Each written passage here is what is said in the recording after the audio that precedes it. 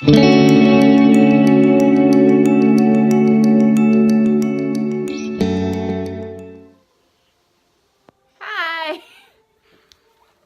Hey guys, welcome back to my channel. Welcome to my weird life. How are you guys doing today?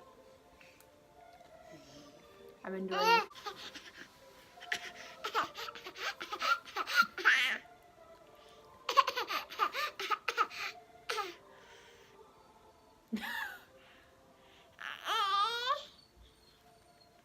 No, you can't pull it down. Okay guys, so I'm here to talk to you guys about marriage. So how do I keep my marriage going when my husband is hundreds of miles away from me? Sorry, Round's trying to kill you all. Well, honestly, he brought it to my attention that I don't talk about him enough in videos. So we just wanted to talk about him some more, and I figured the best way I can do that when he's gone is, talk about long distance relationships for a marriage. When you're married, I feel like when you're married, you're living together, you expect to see each other a decent amount of the time, and when you have someone living somewhere totally different and living their life and you're living your life separately, it can be very difficult. You hit those times where you're like, I miss this person so much, I just want to scream. And that's the truth. And when he first left, we didn't talk for a while because he was in basic, and you can't talk, and you can write letters, but those are letters, and that was really hard for us too. And I felt like I had this fear of well, what if he decides that he likes being away from me better than he likes being with me? I have general anxiety about stuff like that, so that was really hard for me. I don't know why I have to talk with my hands so much. But it was really, really hard for me. And so now that, we can text every day, it's still extremely difficult, but being able to talk is it helps so much. So now let's just talk about what my tips are for you guys instead of just how my relationship is doing, and then we'll talk some more about me and my husband. So my number one tip is to communicate. And I know that you're probably like, wow, that's a great tip. No, seriously. Communication is so important. If you don't communicate, you're both going to notice that something's off, and you're going to feel very isolated and like your marriage is falling apart. And that's just the truth. You have to communicate with that other person, whether you're in a long distance marriage relationship or you're living together.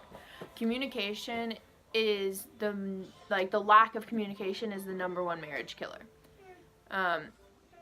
It's just true. So beyond that, the next thing that I would say after communicate is be honest with what your expectations are. Be honest with what you need. If that person is calling you but they're not focused on you and you need them to be, or if you have stuff that you need to do but you want to talk to them, you explain, these are the times I can't speak currently. It's not that I don't love you, it's not that I don't miss you, it's just that this is something I absolutely have to do. But also understand that your expectations have to be within limits. Adam, my husband, is gone because of the military currently. He was at AIT, so there was stuff he had and has to do on a daily basis that were times that he couldn't text me. And that didn't mean that I wasn't his priority or that he didn't want to text me. It just meant there were times that he couldn't text me. And so don't get mad at your spouse for something they can't control. Just like we've learned to understand that when that person's doing something, we don't automatically be like, oh, well, you're doing something with someone and that means you don't love me. When we were having my family's Thanksgiving yesterday, I was getting distracted. I wasn't on my phone much.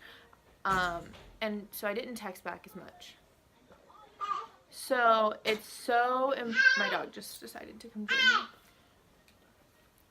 It's so important to understand that that person does have a life too. And then on that subject, yes, that person has a life, but you guys are still either in a relationship or married. I mean, to me, my personal situation, we're married. So, we are still one. We are partners in life. And it's important to remain partners in life, even if you have even if you have a separation between you guys, it's so important to remain partners. You know, make decisions together. To be completely honest, that was something that we had a little bit of a problem with at times, and it wasn't either person's fault. It is just, that is a difficult thing to achieve when you're separated. Not like marriage, just like divorce, separated, just like in separate places. So like stuff with the baby, there's stuff that like you want to ask that person, but you can't ask that person because, you know, they aren't there. The person isn't there on a daily basis, and you can't expect them to have an answer for something that they aren't there to understand. So honestly, it's a lot of you have to make your expectations known, but you have to have reasonable expectations as well. So the next thing is, don't constantly don't act or feel as though your marriage is completely on pause while that person's gone, because I definitely went through points like that, and that is very, very hard, and that makes a marriage harder than it has to be. You know, you have to understand that your marriage and life is still going on. So send each other cute text messages, flirt with each other, comment on each other's pictures, make posts about each other. Do things to make that person know that they're special. And also, get kinky, guys. I hate talking about this on camera. Don't put your relationship on an immense hold just because you are in separate places, because both of you still have needs, and if you aren't discussing those needs with each other, then one or the other person might get it in their head and end up straying.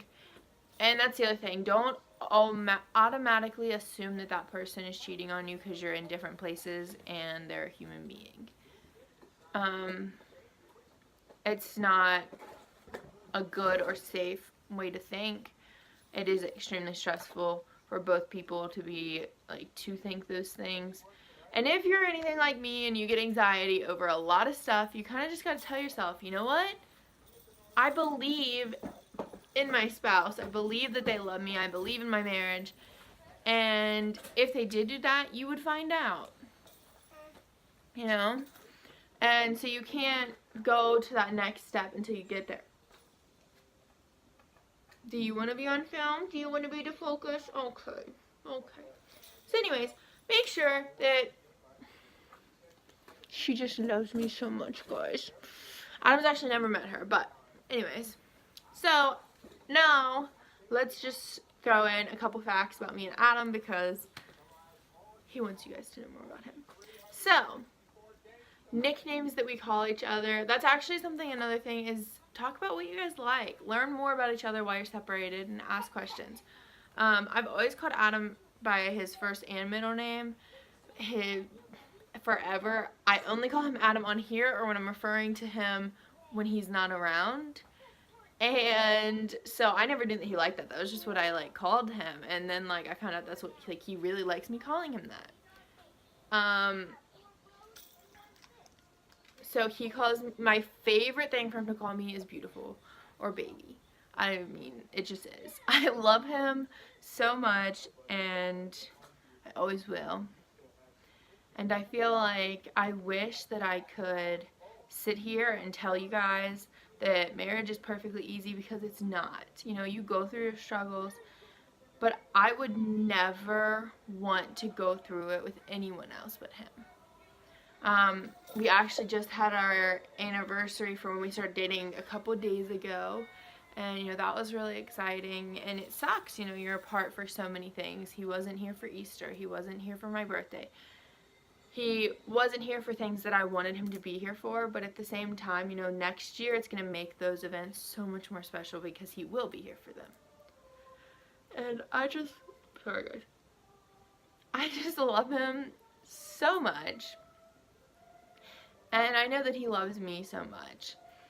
And to give you guys some more info on why I'm talking about just randomly chatting about him.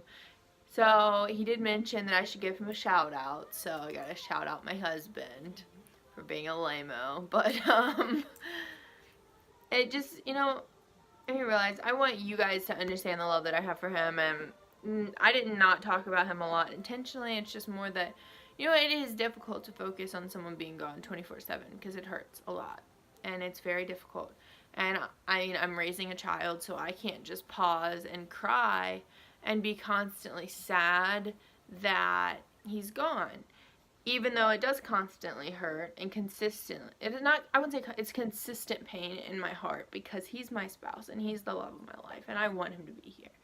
And it's not really supposed to be easy, guys. It's just supposed to be a growing experience. So I want you guys to know that every marriage goes through struggles and goes through hard times, but you will get through it. And I also just want to mention that I have an amazing husband and that I would never change who I married. And I can't wait for you guys to get to meet him and get to see our lives. So, since the lame-o wanted a shout out, I guess I can spoil it on this video. When he gets back, we are highly considering daily vlogging. It's very likely that we will. It will probably start around Christmas to the first of the year. Probably the first of the year, just because I don't know about Christmas. I have some Christmas specials planned for this channel, so I'm not sure what we'll do about that. But guys, we are really considering daily vlogging, so make sure to comment or message me or like this video to let me know that you guys are interested in seeing my weird life as a family's weird life every single day of my life. So, you know, I love you guys. And I hope you guys enjoyed this random chatty video about marriage and my husband and how awesome he is and how lame he is. But don't tell him I said that, guys. Don't tell him. Don't tell him. He'll tell him. He doesn't know that he's lame. It's a secret. No one tells him. I don't know. We're good at keeping it from him. Hopefully he doesn't see this part. I'm just kidding, guys. Alright. I love you guys. And that's pretty much it for this video. Bye, guys. You broke my candy cane!